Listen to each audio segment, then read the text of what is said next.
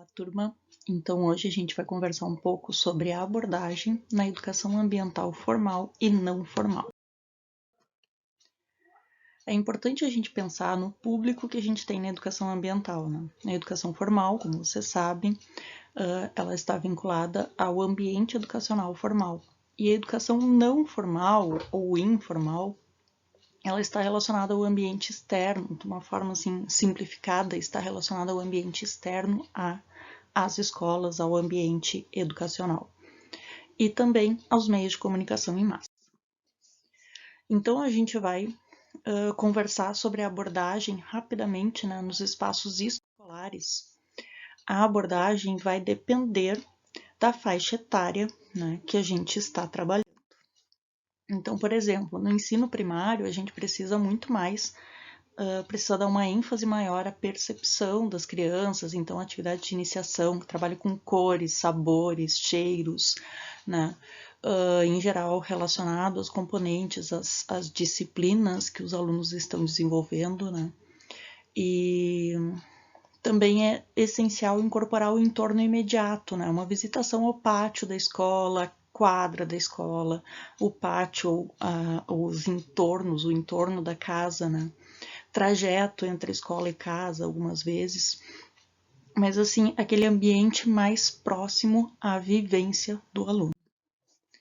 Já no ensino médio, a gente amplia, né, essa faixa e a pedagogia já deve ser mais da interação, mais do botar a mão na massa, de ter uma intervenção direta, né? São legais exercícios de simulação que abordem diversos temas.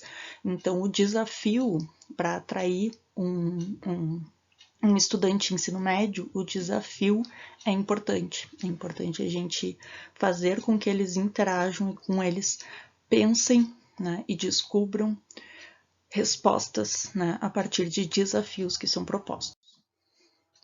E no ensino superior, em geral, né, relacionado à área de formação, tem que ter uma análise muito mais crítica com relação à relação do ser humano com o meio ambiente, e um funcionamento mais profundo, né, dessas inter-relações sociedade, meio ambiente, de todo o ecossistema, de como qualquer interferência, né, interfere em toda uma teia de relações.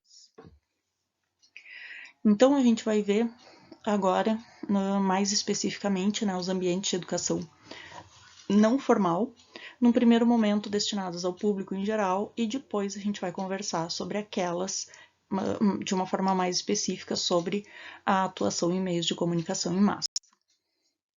Então, a educação ambiental não formal, ela... Bom, para começar, espaço não formal ele é definido, em geral, para descrever lugares que são diferentes da escola, onde é possível desenvolver também atividades educativas.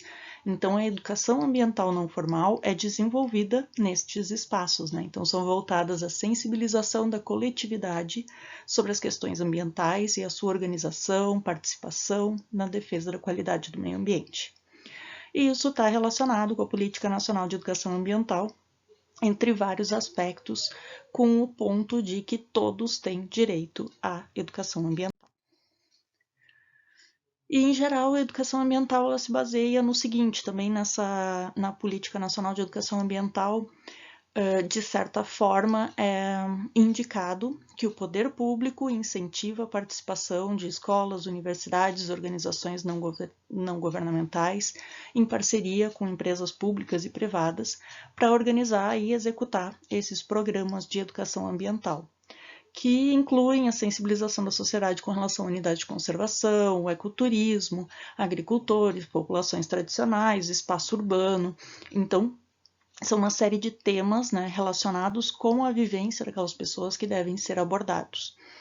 Então, ao contrário da educação ambiental formal, né, que ela é estabelecida por diretrizes curriculares, então tem regras mais específicas de execução, né, de colocar em prática a educação ambiental no ambiente formal.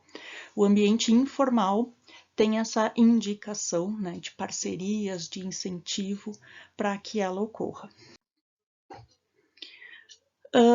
O legal com relação assim, à educação ambiental não formal é que ela é mais difusa, ela é menos hierárquica, né? Não tem aquela sequência, aquele ordenamento convencional, sequencial, hierárquico, né? De progressão, começa assim e vai evoluindo, né? Então não tem essa hierarquia que existe no ambiente formal.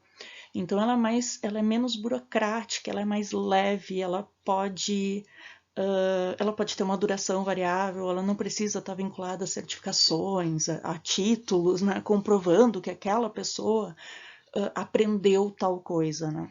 Então ela é mais leve, ela é mais fluida e ela pode estar muito mais bem relacionada com as questões locais, né, com a vivência daquelas pessoas. Então aqui, né, como alguns exemplos, né, seminários, encontros, palestras, eventos, né? Então existe uma liberdade muito maior de seleção dos temas, dos conteúdos, das metodologias, né? A contextualização dos temas, né, com a realidade local, com a realidade do público. Então tem uma flexibilidade maior, assim, que permite a gente trabalhar de uma forma bem diferente, assim, uma forma com maior liberdade nessas educações não formais. Então, a educação ambiental não formal, né, com relação à formal. O processo de ensino-aprendizagem ocorre espontaneamente. Em geral, as pessoas buscam aquela informação, né? Elas não estão obrigadas a estar naquele horário, naquele local, assistindo aquele evento, participando daquela palestra. Então, ele ocorre espontaneamente, ele ocorre nos territórios onde a pessoa, onde a pessoa vive, né, o território de trajetória de vida dos grupos, dos indivíduos, diferente dos meios de comunicação em massa, né? E com isso, né, esse contexto de ser espontâneo e de ter essa relação com o território, com o local muito mais forte, ela tem uma chance muito grande de contribuir na formação de um cidadão autônomo, crítico e reflexivo. Mas, né, não basta a educação ambiental ser oferecida nos territórios onde as pessoas estão. Ela deve estar relacionada com a realidade destas pessoas. Pode-se dizer que existem duas categorias, né, da educação não formal, ainda desconsiderando os meios de comunicação em massa. Então, a educação ambiental não formal, assim, presencial ou remota, assim, ela se dá ou em espaços institucionais ou não institucionais, né? Essa educação ambiental que é direcionada a um público específico. Nos espaços institucionais, ou que a gente chama de espaços institucionais, são aquelas ações de educação ambiental que são regulamentadas, né, pela empresa, pela instituição, pelo local, né, pela estrutura local, e existe uma equipe técnica responsável pelo desenvolvimento, pela execução dessas atividades. São exemplo, né, museus, centros de ciência, observatórios, centros de pesquisa, zoológicos, jardins botânicos, planetários, aquários, então todos esses locais de visitação que proporcionam, né, um ambiente de reflexão e que pode ser usado na educação ambiental.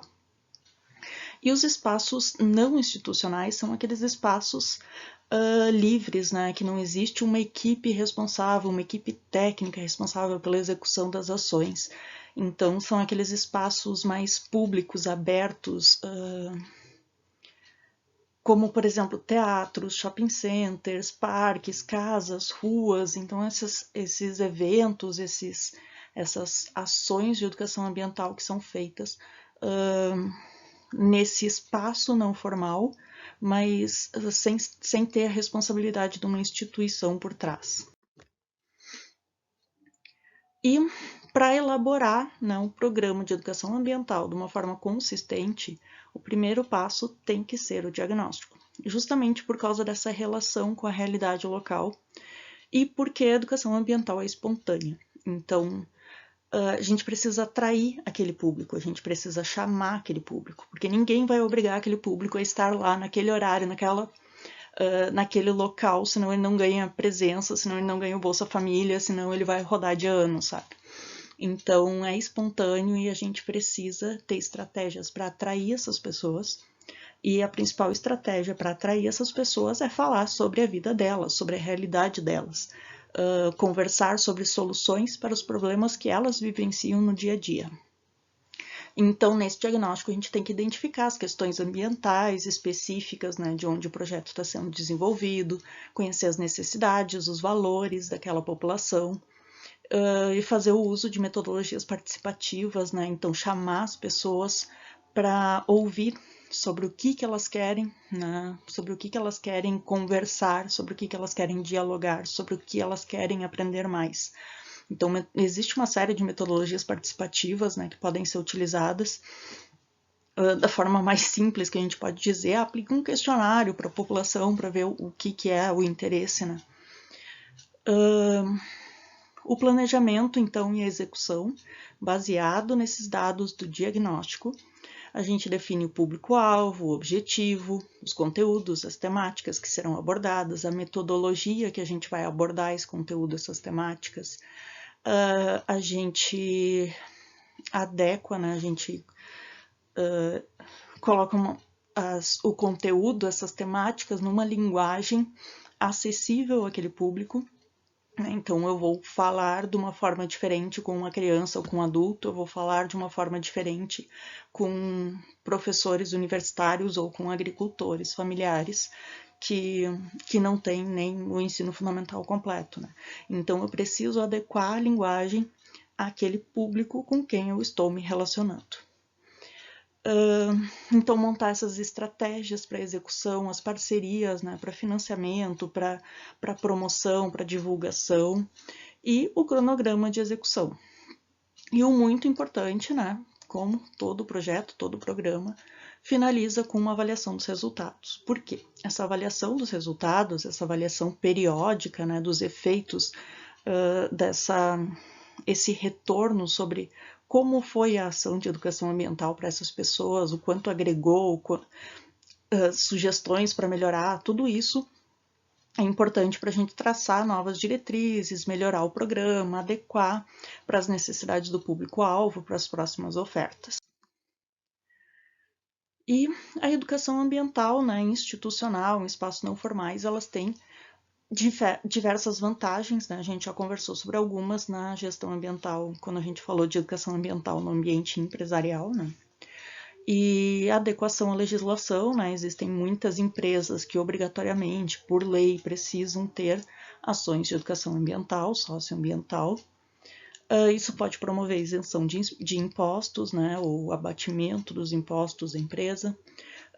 Pode resultar na melhoria na economia em função da melhoria dos processos, né? Redução de consumo de matéria-prima, redução de consumo de energia, de água. Né? Também pode ser um diferencial, né, frente ao mercado de consumidores cada vez mais exigentes.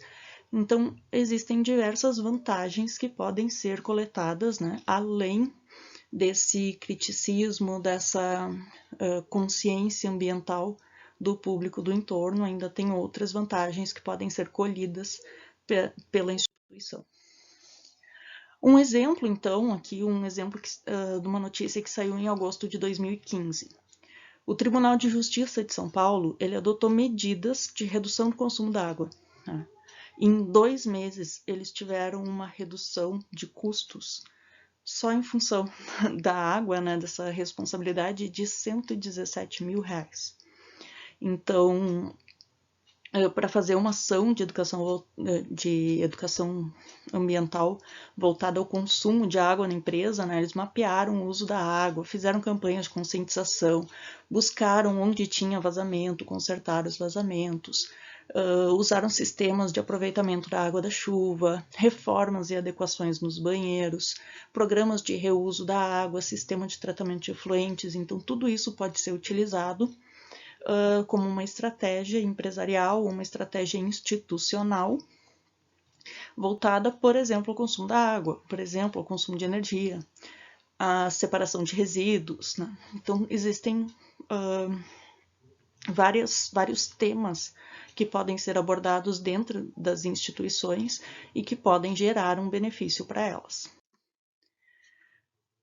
Exemplos de educação ambiental em ambiente não formal, né? Existem diversas opções, eu vou citar alguns aqui, né? Exposições, né? Tem exposições tanto de longa duração, ou seja, aquelas exposições praticamente permanentes, como em museus, observatórios, centros de pesquisa, né? Esses ambientes assim que tem aquela exposição permanente, que comunica os conteúdos principais com relação à mensagem que esses espaços querem passar.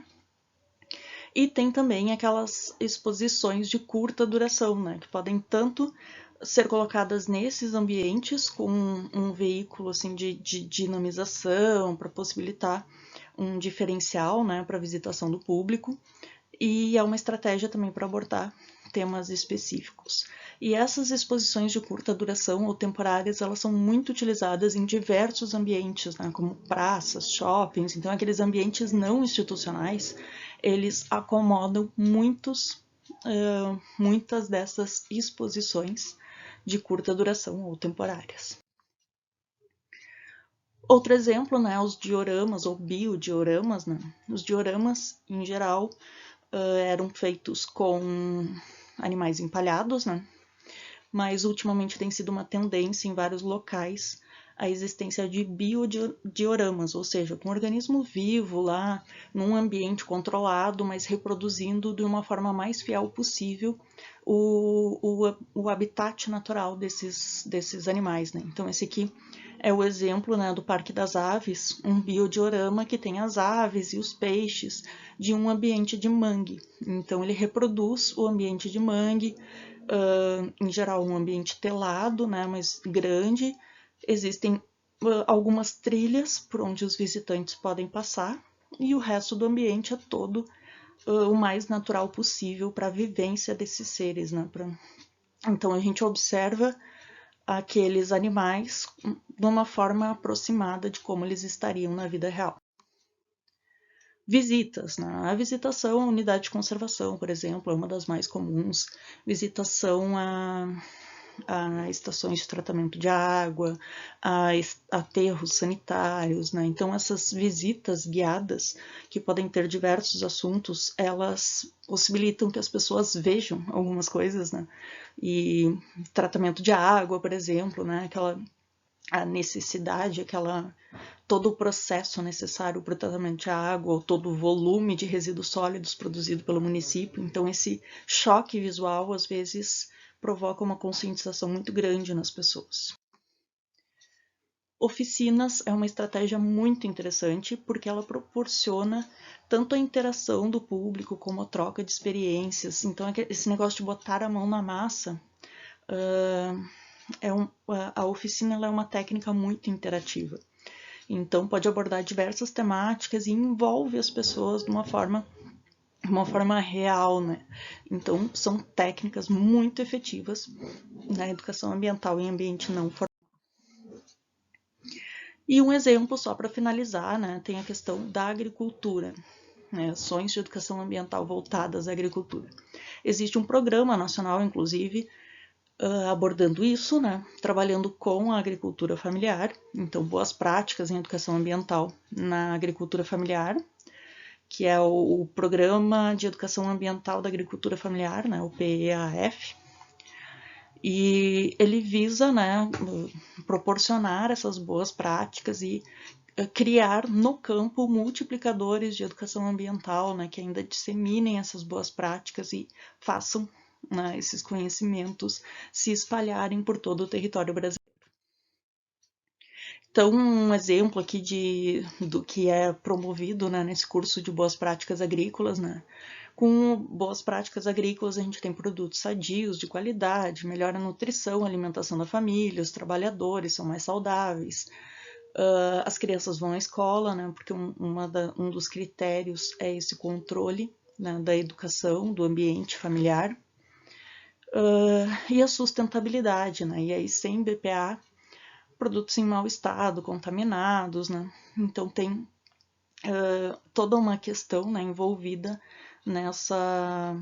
nesse programa de educação ambiental para adoção dessas boas práticas agrícolas que estão previstas nesse programa nacional. Agora, vamos falar sobre a educação ambiental não formal, mas focando nos meios de comunicação em massa. Então, a gente estava falando sobre públicos específicos, né? Direcionar atividades a públicos específicos, né? Envolver as pessoas nas atividades, promover uma vivência das pessoas, uma interação das pessoas para conscientizá-las, né?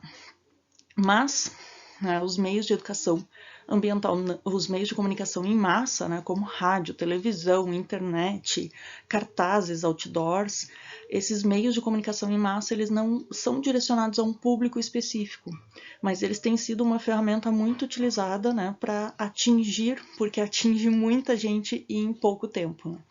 Então, tem sido uma estratégia muito utilizada.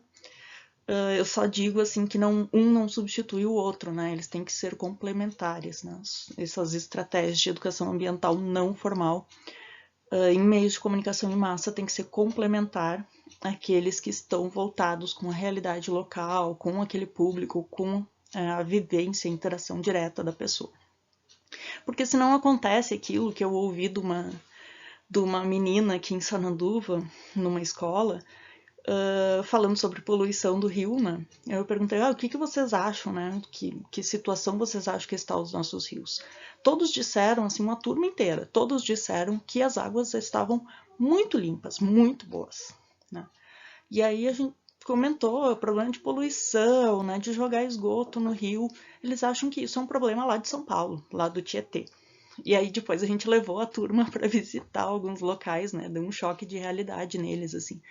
Mas me chamou muito a atenção, porque eu achava assim que alguns achariam que estava ok, alguns diriam que nem tanto, né? Mas a turma inteira, né, numa escola que o rio passa do lado, uma escola bem na zona central do município, o rio passa do lado, o rio em péssimas condições, com mau cheiro, e as pessoas, as crianças não tinham essa noção de qual era a situação deles, né? Então, usar meios de comunicação em massa é muito interessante, é muito importante, mas essa vivência, esse reconhecimento da realidade local é mais importante ainda. Então, no artigo 3º lá da Política Nacional de Educação Ambiental, eles colocam um inciso que diz que os meios de comunicação em massa devem colaborar de maneira ativa e permanente na disseminação de informações e práticas educativas sobre o meio ambiente e incorporar a dimensão ambiental na sua programação. Então, esses meios de comunicação em massa, né, mais abrangentes, rádio, TV, internet, outdoor, folders e diversos outros, né, eles atingem um grande público, né, um público numeroso em pouco tempo. Temos aqui como exemplo, né, alguns alguns canais específicos nas redes, né, como no YouTube, cartazes, né, aqui tem um exemplo de uma ação de educação ambiental que foi feito, né, por uma ONG, me fugiu o nome agora, mas era uma campanha que eles fizeram que Rio Queremos, e eles colocaram uma rede coletando os resíduos, né, tirando os resíduos do Rio Tigre, que atravessava o município, e depois eles fizeram no centro da cidade um outdoor, e no outdoor eles colaram resíduos que foram retirados do rio, né? Então, é uma ação também que visa, né, um meio de comunicação em massa, que visa atingir o público daquele município. Programas de TV, como por exemplo o Globo Ecologia, né? Então são vários meios, né, chamadas no rádio, são vários meios que podem ser utilizados para atingir um grande público em pouco tempo.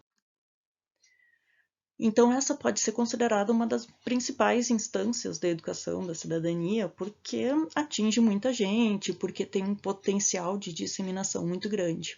E além disso, os meios de comunicação em massa, eles são a principal fonte de informação para a maior parte da população. Então, a gente tem que reconhecer isso, a gente tem que considerar isso, e os meios de comunicação em massa, eles também têm mecanismos, ferramentas capazes de difundir mais rapidamente o conhecimento, né, da problemática ambiental, e também democratiza, né, a informação científica, tecnológica associada às questões ambientais. ambientais. E né, aparece ali no Programa Nacional de Educação Ambiental, né, que tem como objetivo promover campanhas de educação ambiental nos meios de comunicação em massa, de forma a torná-los colaboradores ativos e permanentes na disseminação de informações e práticas educativas sobre o meio ambiente. Mas, né, vamos ver agora de uma forma crítica o que acaba acontecendo na abordagem dessas questões ambientais, principalmente pela imprensa. Né? O meio ambiente retratado pela imprensa mundial, de uma forma geral, lá nos anos 60, né, que começou toda essa insurgência de preocupações ambientais e tudo mais, a mídia basicamente cobria os protestos ambientais que eram criativos da população, né? Tipo, o cara subia na árvore para evitar, ficava morando em cima da árvore para evitar que a árvore seja cortada, né? Então esses show business assim da área ambiental eram retratados pela mídia, porque olha o que eles estão fazendo, sabe? E nos anos 70 a conscientização já passou um pouco mais para a imprensa, e a tentativa era de colocar imagens fortes, né, imagens de degradação, imagens de desmatamento, para despertar a consciência ambiental através do medo. Nos anos 80, a luta ambientalista, já pela vida, né, ganha um caráter mais ético e acaba tendo um retrato, né, nas notícias um pouco diferenciado, né, um pouco mais consciente dessas relações ambientais. E nos anos 90, sim, a mídia abriu o espaço para o ambientalismo, principalmente o ambientalismo empresarial, porque nos anos 80 teve a Eco 92, teve a Agenda 21, teve toda aquela questão assim que a expressão desenvolvimento sustentável teve o boom, né? Então toda a mídia, toda a imprensa fala sobre desenvolvimento sustentável a partir dos anos 80. E após, né, a Eco 92 até os dias de hoje, as notícias elas são mais esporádicas, ela não tem interrelação com a esfera social, política, econômica. Então isso não mudou muito, né? Não existe uma formação de consciência, não existe uma sensibilização, não existe uma formação de pensamento crítico com relação às relações ambientais, né? Pensando, né, esse é o calendário, assim, em termos mundiais, né, no Brasil teve 10 anos de atraso em cada um desses aspectos, exceto a Eco 92, né, que foi um marco, mas, assim, lá na década de 70 começou essa vinculação de imagens fortes, aí na década de 80 se começou, na década de 70, cobertura a protestos, na década de 80, aquela tentativa de conscientização através do medo, né, para depois começar a ter algum reflexo de ambientalismo, de preocupação ambiental, da relação meio-ambiente com a humanidade, né, que foi o que culminou ali naquele conceito do desenvolvimento sustentável. Então, a abordagem da imprensa com relação à educação ambiental, ela é baseada em desastres, ela é sensacionalista. Aconteceu um desastre, Mariana, Brumadinho, bum, só se fala em meio ambiente na mídia. E essa não é a abordagem mais adequada, porque ela é só uma constatação, né? Aconteceu, Mariana, aconteceu Brumadinho, né? Então, não é aconteceu um derramamento de óleo. Então, é só uma constatação sobre um fato. E a abordagem necessária ela é integradora, ela tem que buscar soluções, ela tem que promover reflexão.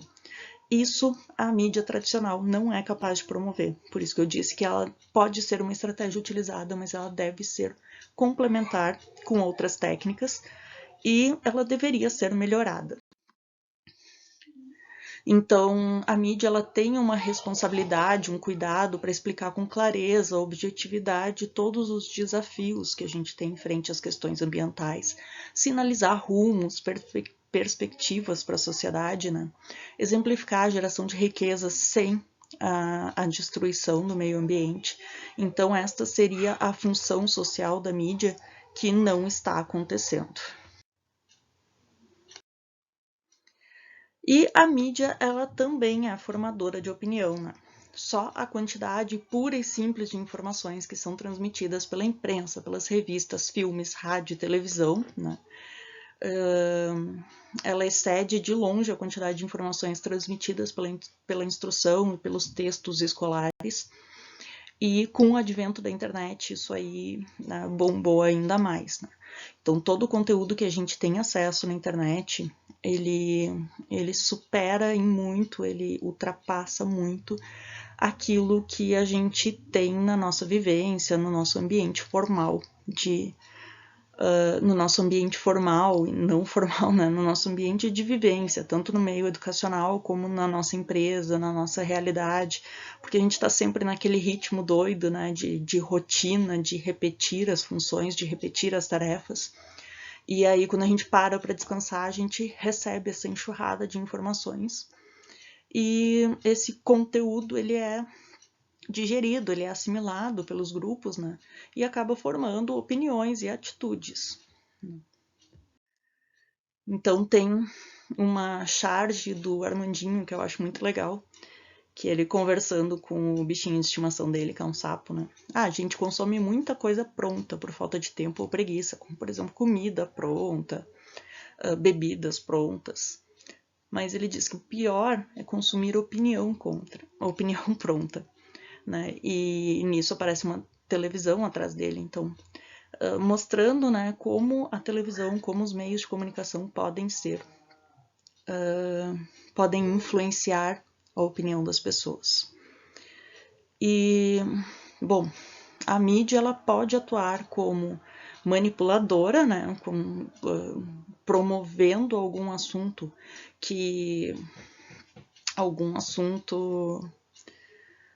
promovendo uma imagem ou algum assunto ou benéfico ou desfavorável a determinada empresa, a determinada situação, mas ainda que não manipule a informação, ainda que não forneça uma opinião, né? Ainda que não seja opinativo, formadora de opinião nesse sentido, por mais que seja informativo neutro, né, o noticiário. O que é colocado em pauta no noticiário e o que não é, né? O que é abordado no noticiário e o que não é. Então, tem uma série de questões, por exemplo, no Brasil acontecendo todo dia, de no cenário está sendo debatido questões ambientais que são importantíssimas, né? E, bom, eu, como pesquisadora da área ambiental, talvez muitos de vocês acompanham mídias alternativas, redes sociais, e tentam acompanhar esses processos, essas informações através desses meios alternativos, porque na mídia comum, na mídia em massa, né, os jornais, as revistas, as televisões, elas não abordam esses temas, elas estão ignorando, né, e dando preferência a outros assuntos. E tem vários efeitos relacionados, né, também com a mídia ou com esse comportamento da mídia. Um deles é o efeito da estrutura, né? Os meios de comunicação, jornais, revista, televisão, seja o que for, eles precisam se manter financeiramente. E quem mantém eles financeiramente são os patrocinadores. Então, como que eles vão produzir matérias de profundidade se elas podem atingir esses anunciantes?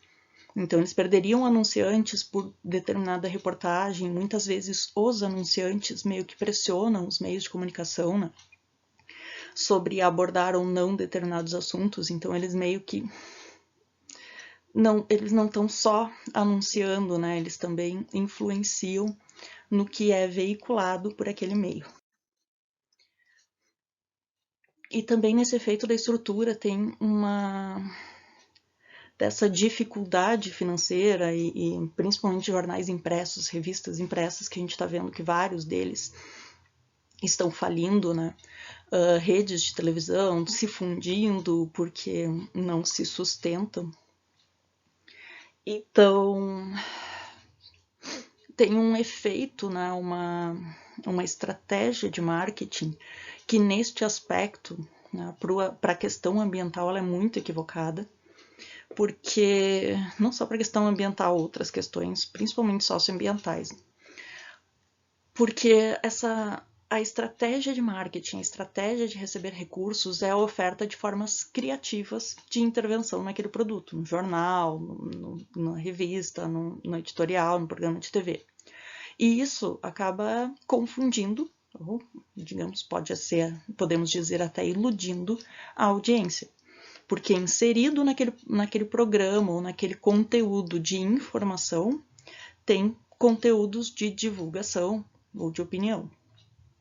E essas estratégias de marketing, onde a gente insere essas questões de estratégia de marketing, são os publi-editoriais, né?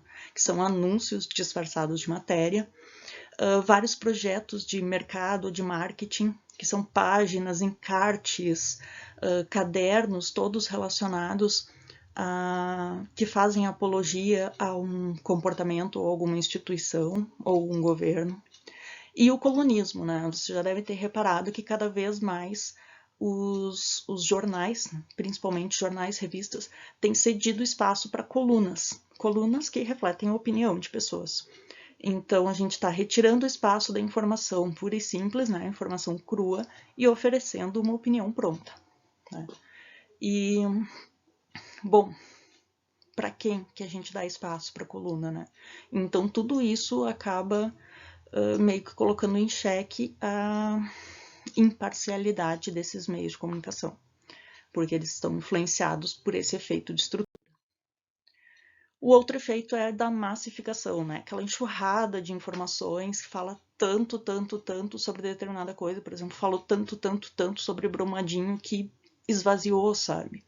Se repete a mesma coisa sem ter uma reflexão sobre aquilo e acaba se tornando tão superficial que as pessoas já nem dão bola mais, né? As queimadas na Amazônia, aquela fumaça que chegou até o Rio Grande do Sul e tudo mais. A mídia, bombardeou um pouco ali, só que parece que era todo dia a mesma notícia, era todo dia a mesma constatação. E isso acaba esvaziando o conteúdo, acaba esvaziando o significado, né? Então, são colocadas só constatações, né? Aconteceu isso. E acontecendo a mesma coisa todo dia, acaba perdendo o significado, né? Bom, tá acontecendo, deu. Já tô sabendo disso, né? Praticamente. E outra questão são as frases de efeitos sem profundidade, né? E isso foi muito notável na Rio 92, ou na Eco 92. Porque lá bombou as questões ambientais na mídia, só que começou a se falar tanto desenvolvimento sustentável, desenvolvimento sustentável, desenvolvimento sustentável, e talvez vocês tenham sentido isso, né? Que de 92 para cá se fala tanto em desenvolvimento sustentável que perdeu o sentido. Não, porque qualquer coisa tem sido classificada como desenvolvimento sustentável porque não tem uma definição consistente, porque a frase foi tão utilizada que esvaziou seu significado. E o efeito da massificação ela também está relacionado com a forma, né, com a abordagem. A mídia diz, seja um cidadão ecologicamente correto, faça isso, não faça aquilo, faça isso, não faça aquele outro. Né? E o que realmente deveria ser era uma formação crítica de cidadania. Por que a gente precisa ter essa preocupação com tal coisa? Né? E não assim, conserte o encanamento da sua casa, mas relacionado com a realidade daquelas pessoas, com a realidade das questões ambientais e locais, né? E regionais, nacionais. O efeito do erro conceitual, né? A mídia reflete, reforça aquela visão deslocada da realidade concreta, porque é muito mais fácil para as pessoas ouvirem mentiras reconfortantes do que verdades inconvenientes, né? Então, a mídia não vai querer ficar passando uma forma muito crítica de informação porque é mais confortável para as pessoas, né? Uma forma mais crítica, verdades jogadas, né, no noticiário, elas podem acabar afastando as pessoas daquele meio de comunicação. E então é mais fácil, né, a mídia reforçar essa ideia de visão descolada da realidade, né? Aquilo que eu falei da menininha achar que problema de poluição só acontece em São Paulo, no Rio Tietê. Tá? Aqui não tem. E o efeito em cascata, ele também é muito importante, gente, porque já fizeram pesquisa, né, essa Bortolossi, por exemplo, em 99, mas já eu coloquei aqui porque era a referência que eu tinha, o artigo ainda guardado, que eu discuti numa aula, mas já existem pesquisas mais recentes que falam a mesma coisa, né? A boa parte da informação dos professores vem dos meios de comunicação em massa, né? Da Bortolossi, lá no tempo da Bortolossi, que era 99, era a televisão, né? Mas a internet vem recebendo, né, uma atenção maior, mas como vamos considerar assim, ó, a televisão trata a questão ambiental de uma forma superficial. E aí, né, um professor assiste aquilo. E aí o professor precisa falar sobre água, né, sobre água na sua aula. Hoje o tema é água. O que ela faz? Ela repete aquilo que ela viu na mídia, porque é o que ela aprendeu, é o que ela recebeu, né, de informação.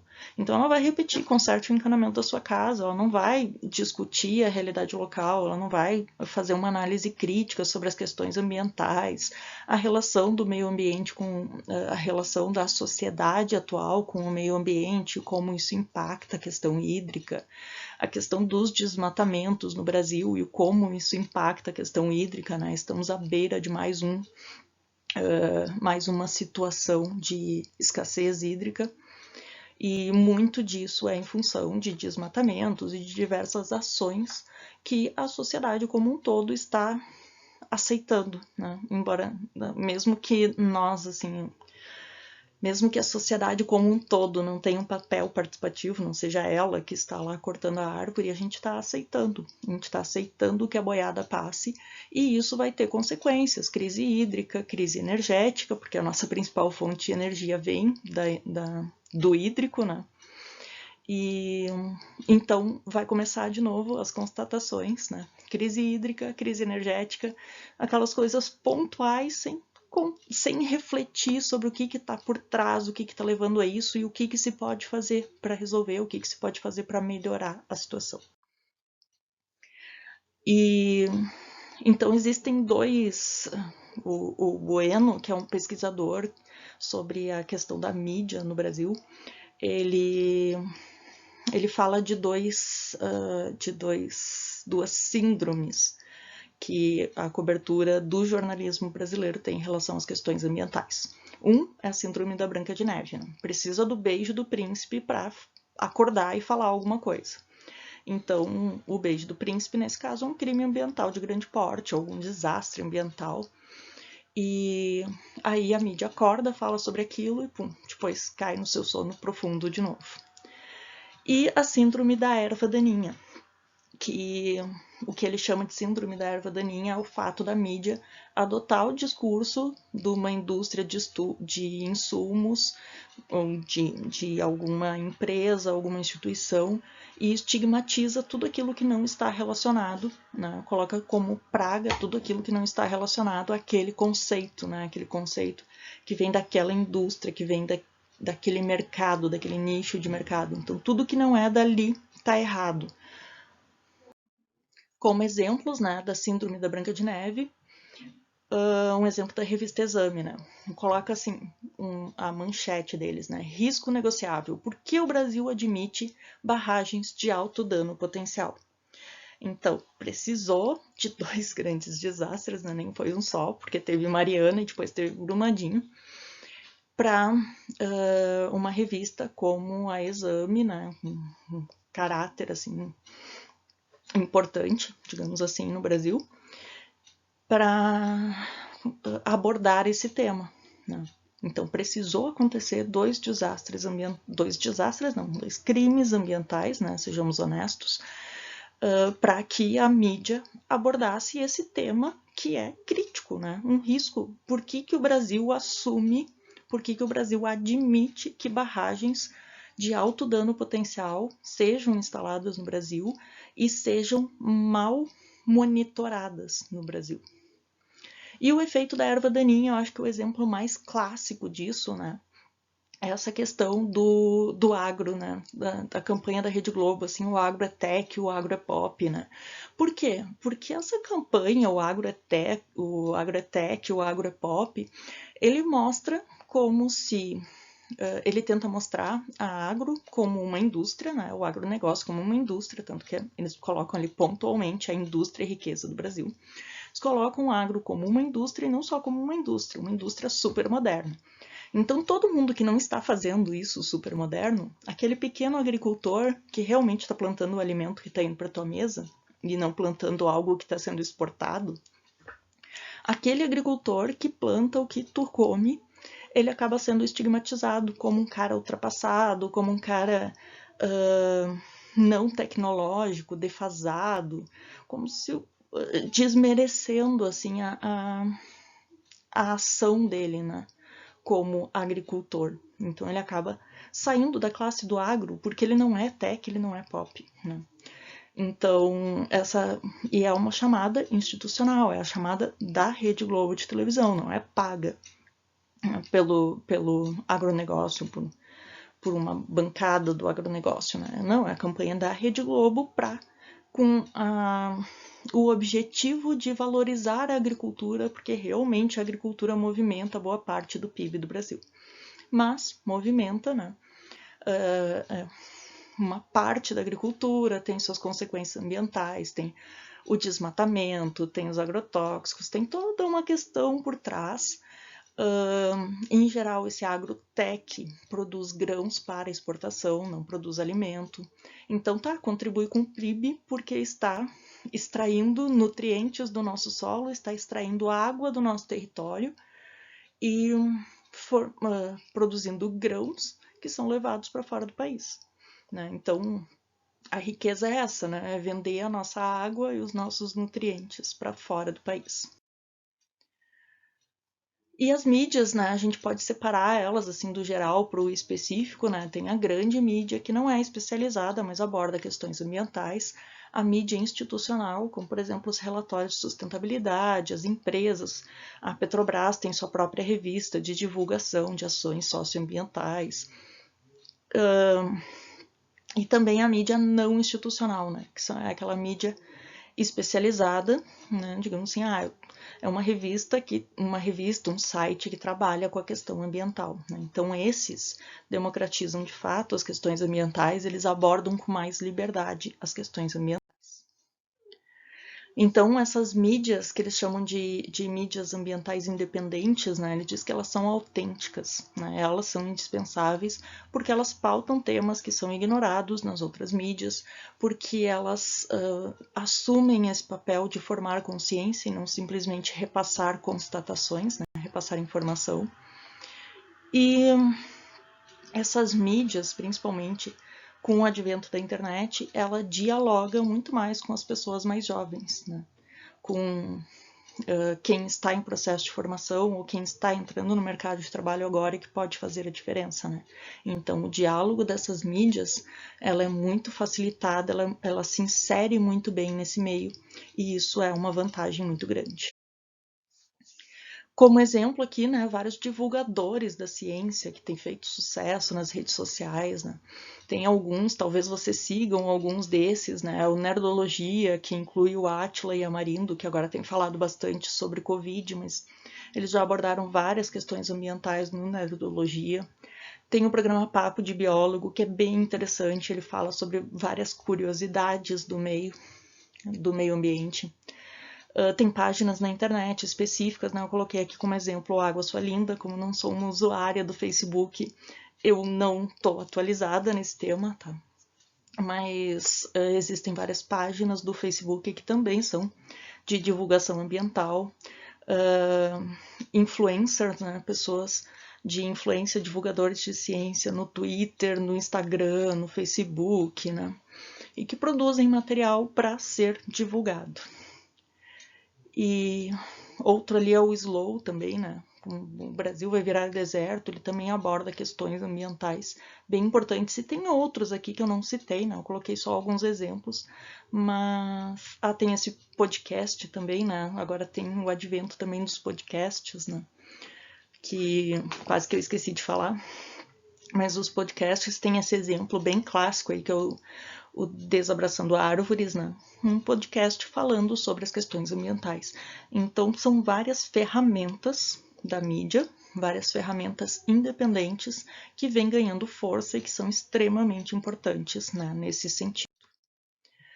Então eu finalizo aqui sugerindo algumas referências para vocês que eu usei no trabalho, que podem ser complementares a essa formação, e encerro por aqui.